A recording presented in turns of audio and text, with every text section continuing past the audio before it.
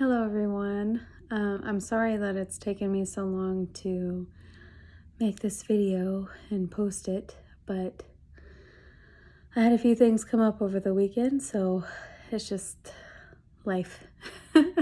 This video is going to be a little bit longer than normal. I apologize. It's just a lot of things to dive into that just takes a little bit more explaining, so it's a piggyback off of the previous video. So we're gonna dive deeper into what emotional abuse looks like, or what it can look like. So emotionally abusive people display multiple characteristics.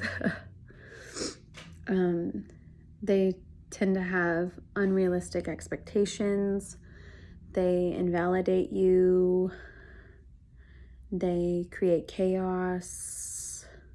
They use emotional blackmail, act superior, control, and isolate you. So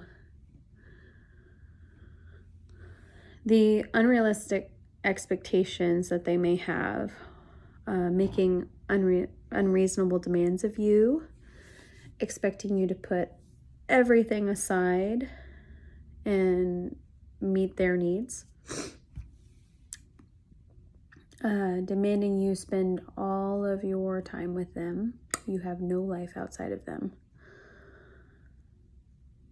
Being dissatisfied no matter how hard you try or how much you give. Criticizing you for not completing tasks according to their standards. Expecting you to share their opinions. You are not permitted to have a difference of opinion. Demanding that you name exact dates and times when discussing things that upset you, and when you cannot do this because it's pretty much impossible, they may dismiss the event as if it never happened, or lie and say that it never did. Invalidation. So whenever they invalidate you, they undermine, dismiss, or distort your perceptions of reality. It kind of ties into the first thing.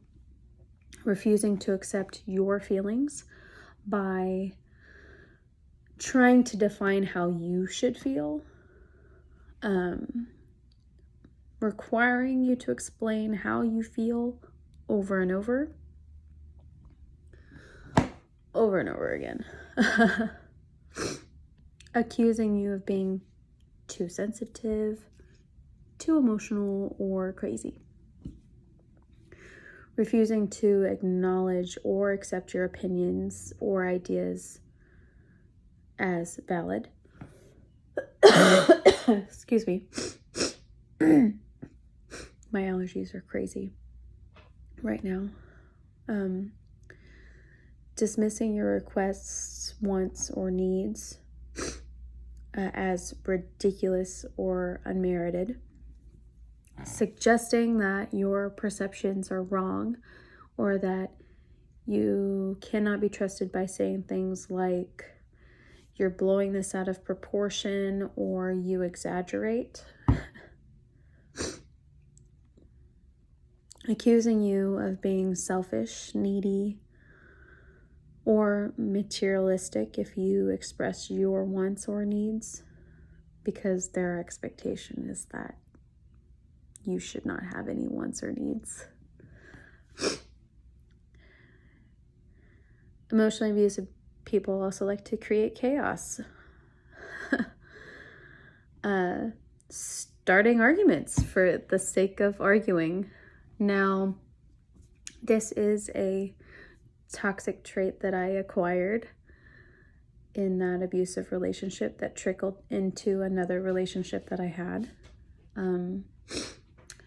Me and this boyfriend were talking one day, and it was about something not important, and I for whatever reason, wanted to play devil's advocate and proceeded to push his buttons to see how far I could push them until he would eventually explode, which he never did.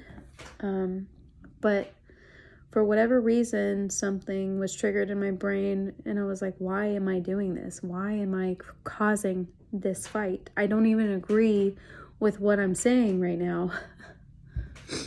And then it hit me. I was so used to conflict.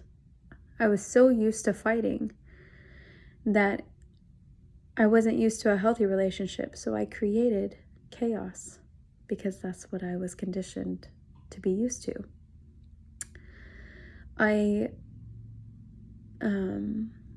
held myself accountable, and I had the conversation with the boyfriend and told him what I had done and what I was doing and what I had realized what I was doing, so that I could address it and fix it or be better. And we worked through it. But anyways, it was just a crazy thing to discover about yourself. They can also make confusing and contradictory statements, sometimes called crazy making. Having drastic mood changes or sudden emotional outbursts. That was super common for me in my past relationship with my abuser. Nitpicking at your clothes, your hair, your work, and more.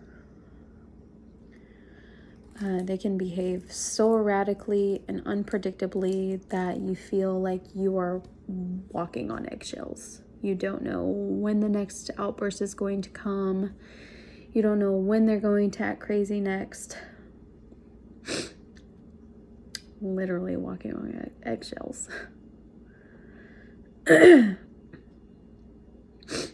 They use emotional blackmail. This one's fun, let me tell you. So how they do this is they manipulate and control you by making you feel guilty, humiliating you in public or in private. Now, this one was interesting to me. I'm like, how can you be humiliated in private? But then I remember something. There was a time when me and my ex were arguing about something. I honestly could not tell you what it was about. Something stupid, probably.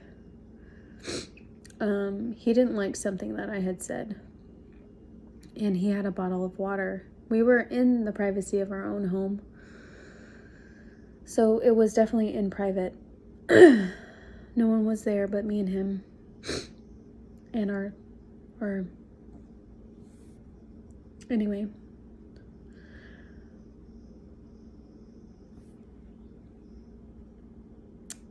And he decided to pour water on me while I was fully clothed on the couch.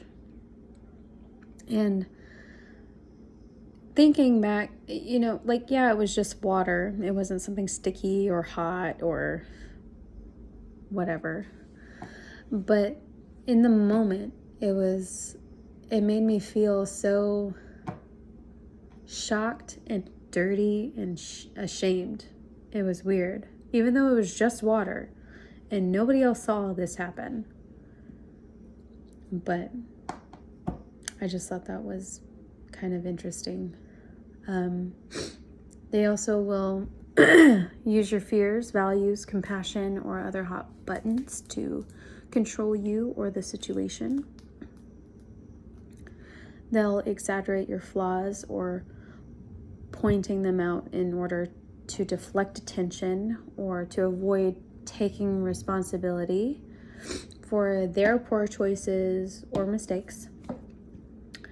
Denying that an event even took place or lying that it took place. And they can also punish you by withholding affection or giving you the silent treatment. This was my favorite. Actually, it was bittersweet. Whenever he would give me the silent treatment, it was nice for the peace and quiet, but I also knew that hell was going to break loose once he broke that silence. So it's a definitely conflicting feeling.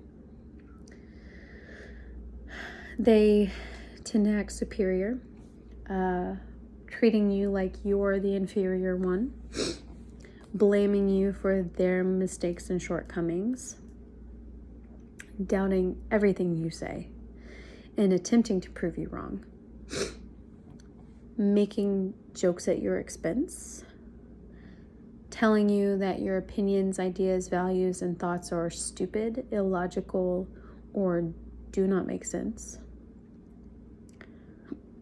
talking down to you or being condescending, using sarcasm when interacting with you, acting like they are always right, they know what is best and are smarter than you. Now, control and isolate. They tend to control who you see or spend time with, including friends and family. Some will monitor you digitally, including text messages, social media, and email, accusing you of cheating and being jealous of outside relationships. That was a lot for me. Lots of accusing of cheating. Taking and hiding your keys, or hiding your keys. Already told you about that story, which that was one of many. Demanding to know where you are at all times, or using GPS to track your every move. Some will try to convince you to download like that Life 360 app or whatever, or share your location with them as a concern. But in reality, it's a way for them to control you. Just be careful. Treating you like a possession or property. Like you are not your own person, you belong to them. Criticizing or making fun of your friends, family, or coworkers. Using jealousy and envy as a sign of love and to keep you from being with others. They just love you so much. I don't trust them, I trust you. Or sometimes it's like, no, I don't trust you. To be fair, jealousy can be healthy. It's just a matter of how far that jealousy is taken. It's a natural thing to occur, but there's a fine line.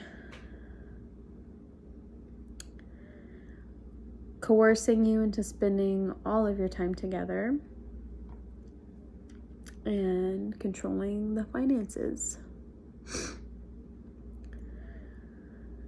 So I know that's a lot, and it's a lot of examples.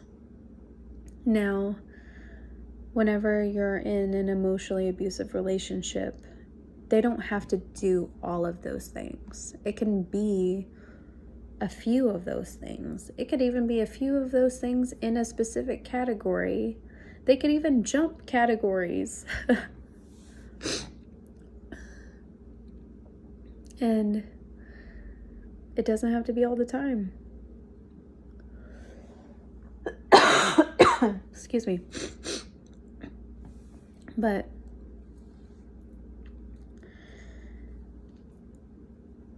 these, whenever they're consistently done, is emotionally abusive. Like I gave the examples, I was also guilty of doing some of those things. I acquired some of those abusive traits while in that relationship as a survival tactic. And it sucks. I had to unlearn some of those things.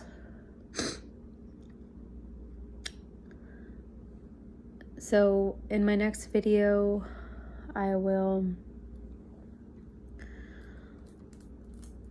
dive deeper into a few more things. If you have questions, if you would like me to touch base on anything in these videos, please comment and I'll read them. And if you want me to just comment back, or I can make a separate video in response to your questions.